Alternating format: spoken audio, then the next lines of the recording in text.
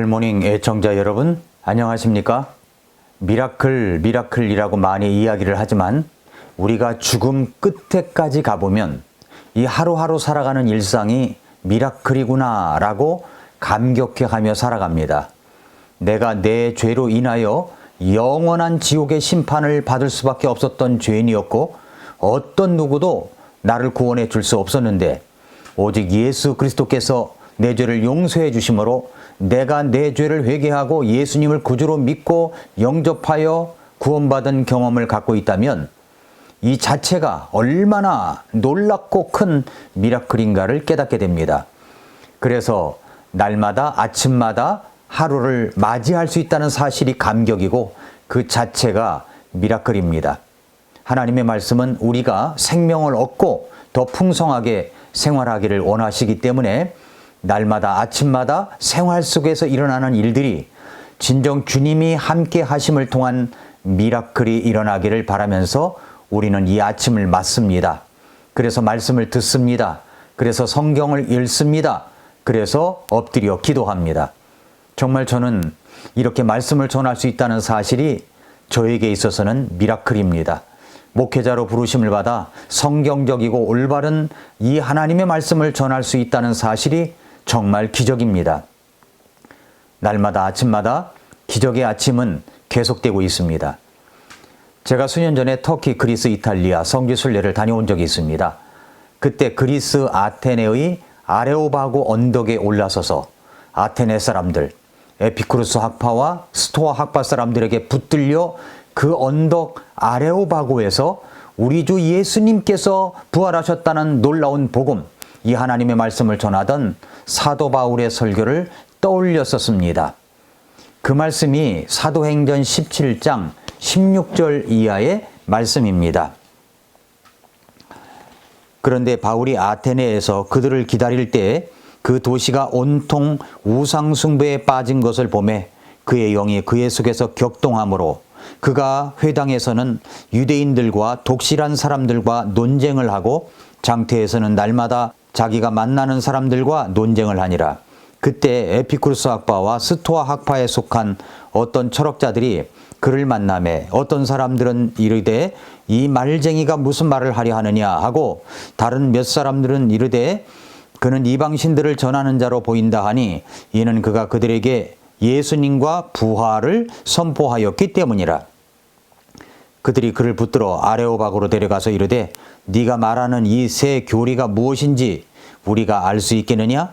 네가 우리 귀에 생소한 어떤 것들을 가져오므로 이것들이 무엇을 뜻하는지 우리가 알고자 하노라 하니 하면서 이제 말씀을 전하게 됩니다.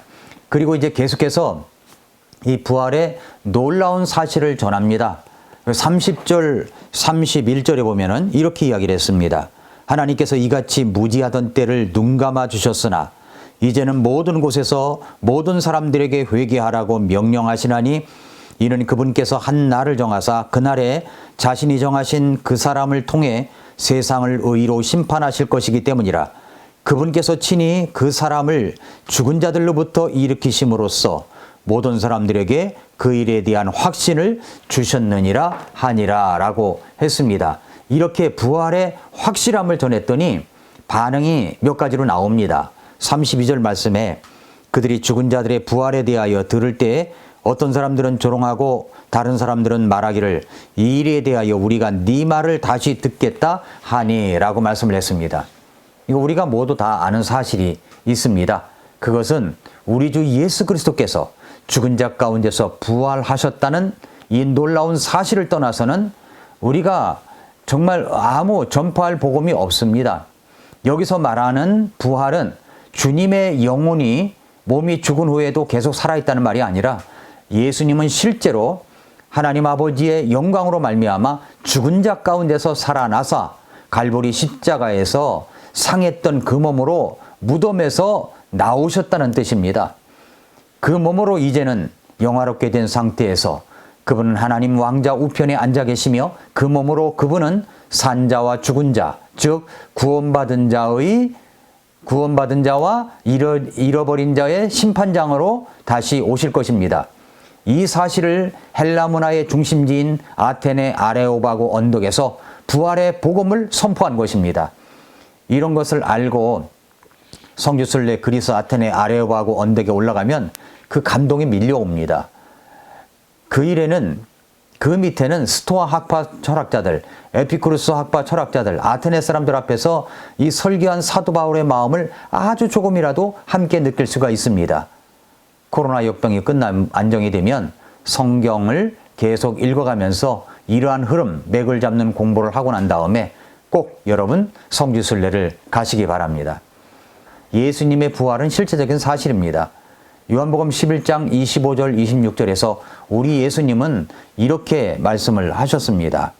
예수님께서 그녀에게 이르시되 나는 부활이요 생명이니 나를 믿는 자는 죽어도 살겠고 누구든지 살아서 나를 믿는 자는 결코 죽지 아니하리라. 이것을 네가 믿느냐? 예수님은 부활이요 생명이십니다. 그 주 예수님을 믿는 자는 죽어도 다시 삽니다.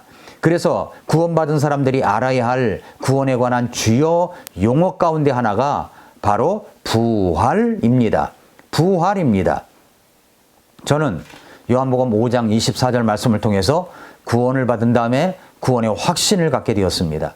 진실로 진실로 내가 너에게 이르노니 내 말을 듣고 나를 보내신 분을 믿는 자는 진실로 진실로 내가 너희에게 이르노니 내 말을 듣고 나를 보내신 분을 믿는 자는 영존하는 생명이 있고 정죄에 이르지 아니할 것이요 사망에서 생명으로 옮겨졌느니라. 이 말씀을 구원에 관한 주요 용어인 부활을 생각하면서 같이 한번 풀어 나가 보겠습니다. 같이 생각해 보겠습니다. 자, 내 말을 듣고 그랬죠? 무슨 말을 들었습니까? 내가 죄인인 것을 깨닫게 해주시는 말씀을 들었습니다. 그 결과로 한 번 죽는 것은 사람들에게 정해진 것이요 그 뒤에는 영원한 지옥의 심판이 있다는 사실을 들었습니다. 그런데 예수님께서 그런 나를 위해 십자가에서 죽으시고 죽으신 지 3일 만에 부활하심으로 그 피를 통해 내 죄를 모두 용서해 주셨다는 말씀을 들었습니다. 그러므로 내가 내 죄를 회개하고 회심하여 주님께로 향하여 예수님을 내 구주와 주님으로 믿고 영접하면 구원받는 말씀을 들었습니다. 그런데 이렇게 들었다고 해서 구원이 이루어지는 것이 아닙니다. 내 말을 듣고 이 복음을 들은 거죠. 그 다음에 어떻게 해야 됩니까? 그 다음에는 두 번째로 나를 보내신 분을 믿는 자는 했습니다. 나를 보내신 분을 믿는 자는 방금 말씀드린 대로 내가 내 죄를 회개하고 회심하여 그 예수님을 내 구주와 주님으로 믿어야 합니다. 영접해야 합니다. 요한복음 1장 12절에서 그분을 받아들인 자들, 곧 그분의 이름을 믿는 자들에게는 다 하나님의 아들들이 되는 권능을 그분께서 주셨다고 했습니다. 받아들였다, 영접했다는 말이 믿는다는 말입니다. 받아들였다는 말, 영접했다는 말이 믿는다는 말입니다. 그 다음에 이제 영존하는 생명이 있고 그랬습니다. 언제 영존하는 생명이 있습니까? 죽을 때입니까? 죽어봐야 합니까? 아닙니다. 지금 영생을 받은 겁니다. 얻은 것입니다. 죽어봐야 아는 것이 아닙니다. 믿는 그 순간 내가 죄인인 것을 회개하고 예수님께서 내 죄를 용서하신 것을 믿고 받아들인 그 순간 나는 영존하는 생명을 얻은 것입니다. 나아만 장군이 자기 나병을 고치기 위해서 이제 엘리사 앞에 왔습니다. 하나님의 사람 엘리사가 요단강에 가서 7번 씻으라고 하니까 그 말이 너무 시시하게 느껴졌던 겁니다. 너무 쉬우니까 그만 돌아가려고 했던 거죠.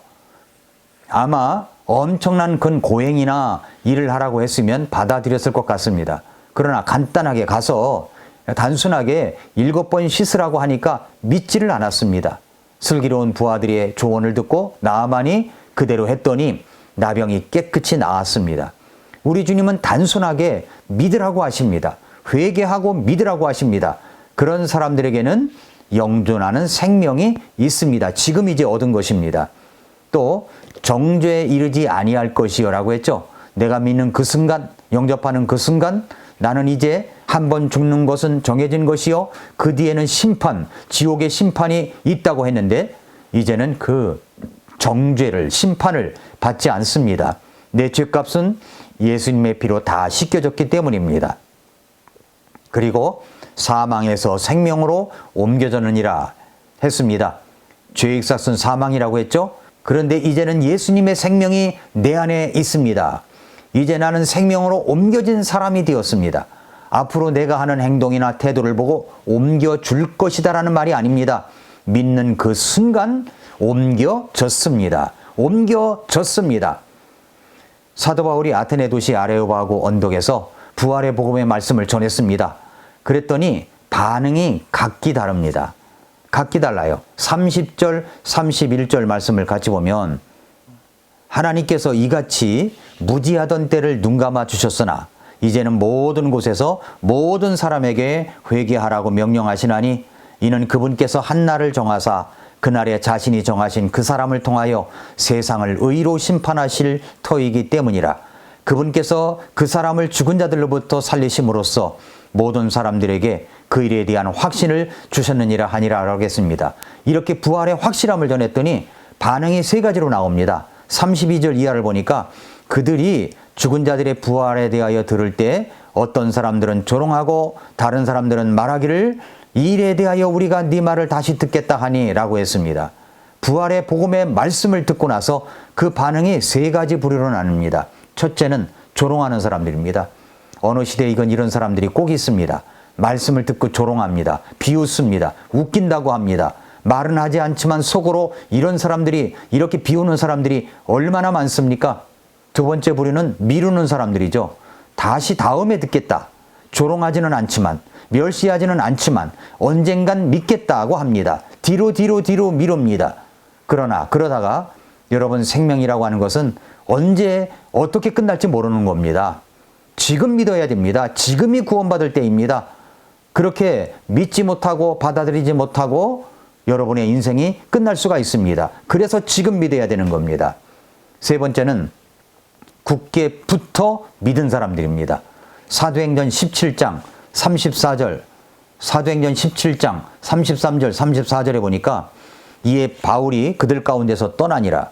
그러나 어떤 사람들은 그에게 굳게 붙어 믿었는데 그들 가운데는 아레오바고의 일원인 디오니시우스와 다마리스라 하는 여자와 또 그들과 함께한 다른 사람들도 있더라 라고 했습니다.